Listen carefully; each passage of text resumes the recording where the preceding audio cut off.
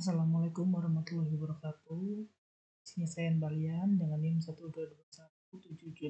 Di sini saya akan mereview tugas dari tugas terakhir yaitu tugas UAS seperti UTS sebelumnya, yaitu mereview tugas yang sudah dikerjakan, direview kembali.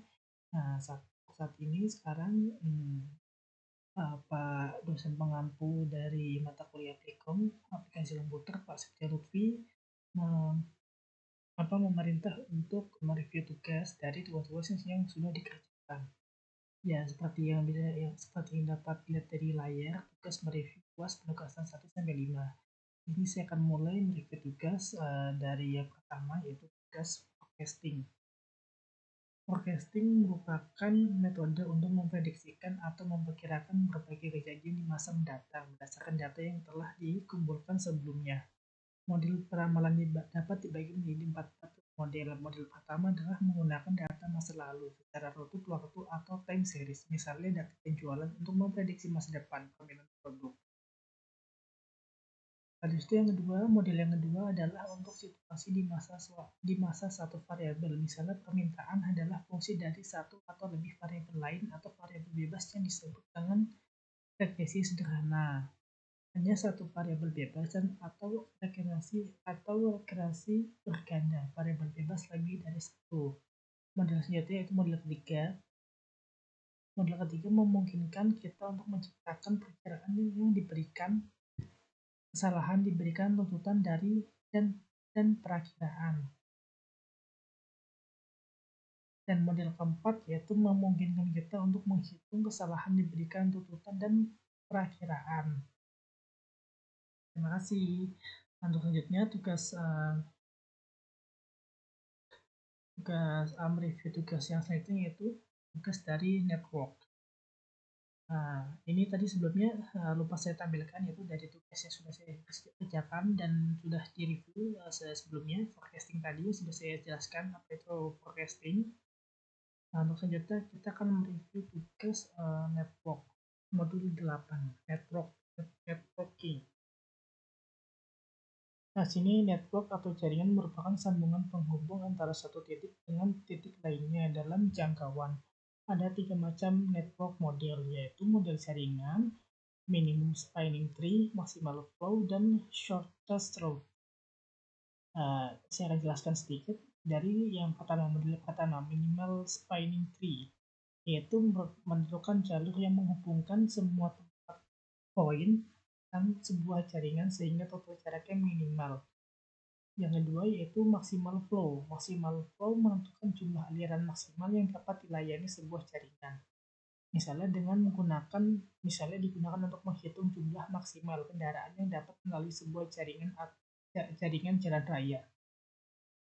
Model yang ketiga yaitu shortest route, yaitu menentukan jalur atau rute terpendek dalam sebuah jaringan. Misalnya untuk menentukan jalur terpendek dari sebuah kota menuju kota lain melalui jaringan jalan raya. Yaitu tugas selanjutnya yang harus direview yaitu modul selanjutnya, modul dari project management. Project management digunakan untuk memperkirakan jangka waktu proyek dan menentukan aktivitas proyek mana yang bersifat kritis. Manajemen proyek secara umum mencakup tiga fase, yaitu perencanaan, penjadwalan, pengawasan, dan pengendalian. Teknik yang paling umum digunakan adalah teknik telaah dan evaluasi program, PERT, dan metode jalur kritis, Critical Path Model atau CPM. Keduanya bisa dikatakan merupakan satu kesatuan. Untuk teknik telaah dan evaluasi program, aktivitasnya berbasis pada jalur atau Activity on ARC, AOA. Sedangkan CPM aktivitasnya berbasis pada titik atau Activity on Node atau AON yang disingkat.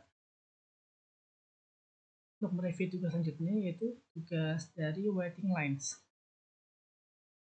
Modul 10. Nah, untuk waiting line sendiri sudah saya kerjakan. Nah, selanjutnya akan saya review yaitu waiting lines. Dari pengertian sendiri, model ini digunakan untuk menciptakan model antrian yang menguntungkan bagi produsen, meminimumkan biaya dan sekaligus menguntungkan bagi konsumen, mengurangi atau meminimumkan waktu menunggu bagi konsumen. Macam modul antrian ada 4, yaitu single channel, single pass, single channel multi pass, multi channel single pass, multi channel multi pass. Terima kasih. Selanjutnya untuk mereview tugas yang terakhir, yaitu tugas dari modul 11, productivity dan quality control. Nah, productivity dari pengertiannya sendiri, productivity didefinisikan sebagai rasio output untuk input. Dengan program POM ini memungkinkan untuk menghitung produktivitas dengan sejumlah input dan sejumlah periode waktu. Program POM ini akan menghitung kedua pengukuran produktivitas, yaitu siap masukan dan juga perubahan dalam produktivitas dari waktu ke waktu. Tujuannya menghitung perbandingan antara hasil yang dicapai output dengan keseluruhan sumber daya yang gunakan input.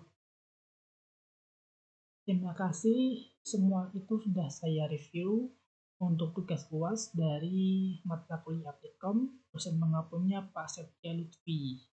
Semoga saya mendapatkan nilai yang terbaik dan memuaskan. Terima kasih. Mohon maaf jika ada kesalahan. Kurang lebih mohon maaf. Wassalamualaikum warahmatullahi wabarakatuh.